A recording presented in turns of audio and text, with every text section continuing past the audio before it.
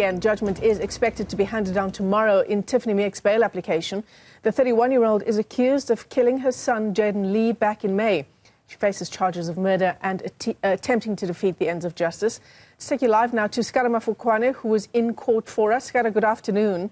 We've heard some really chilling evidence from the state. The state saying, while a lot of the evidence is circumstantial, it certainly still needs to be followed through by police.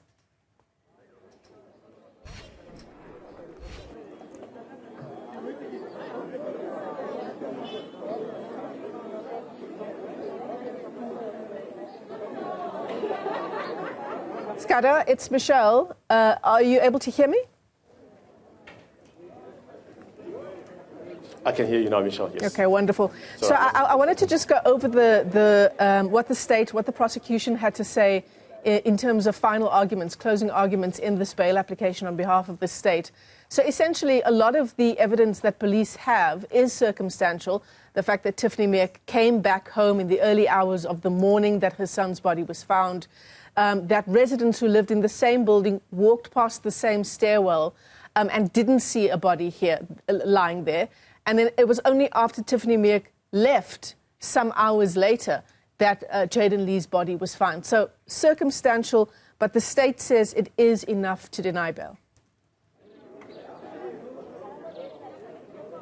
Correct, Michelle, as you put it. Good afternoon to you and to our viewers. And this gave, action to the defense to poke holes in many of that circumstantial evidence which was led last week. This is the ninth day of the bail application, Michelle, and the state resting on that prima facie evidence that Tiffany is the only suspect and to have killed Jayden-Lee. We know that the state relied on a bloody T-shirt that was found in Tiffany's apartment.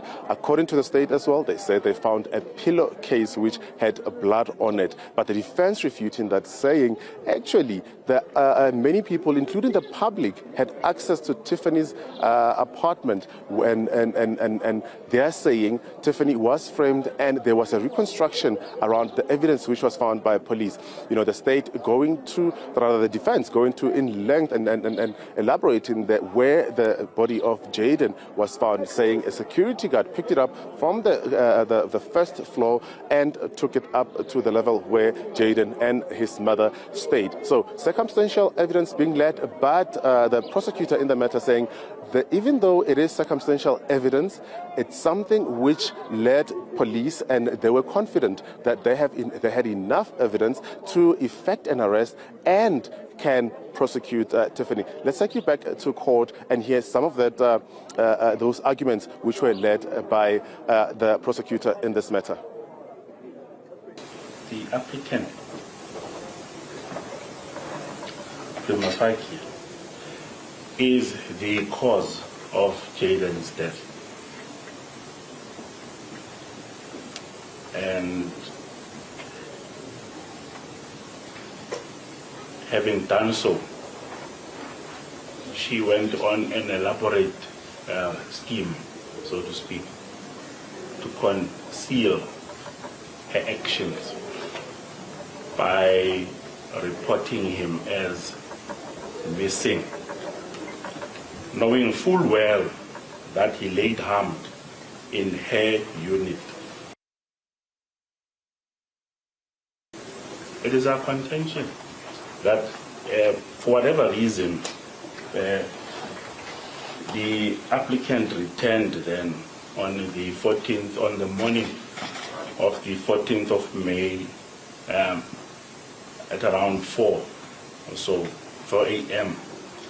And I want to use the word drag, but she took out Jayden from the unit number 13, and then placed him in the passage just a few meters away from the unit. Now, that is the totality of the evidence, you know. Michelle, we know that the prosecutor as well emphasized that it is no contention, something which the defense did not argue as well, that Jayden-Lee was dropped off at Swazi Place at the apartment in Vleurhof in the afternoon of the 13th. So there's the state saying they've had a witness from the security who can confirm that Jayden-Lee was present and was dropped off by the driver. So the big question remains now, what happened to Jayden-Lee when he entered the gate? Where was he? The state telling us that Jayden-Lee did not. There was Jayden-Lee did not have friends in the yard, nor was he somebody who befriended the security guard. So the big argument being that where did the young man go? And the state saying the only place that he could have gone, it's Unit 13, which belonged to his mother. But the defense refuting that, saying everything is fabricated. Let's take a listen before we go into detail at what defense attorney Novan Naidu had to say.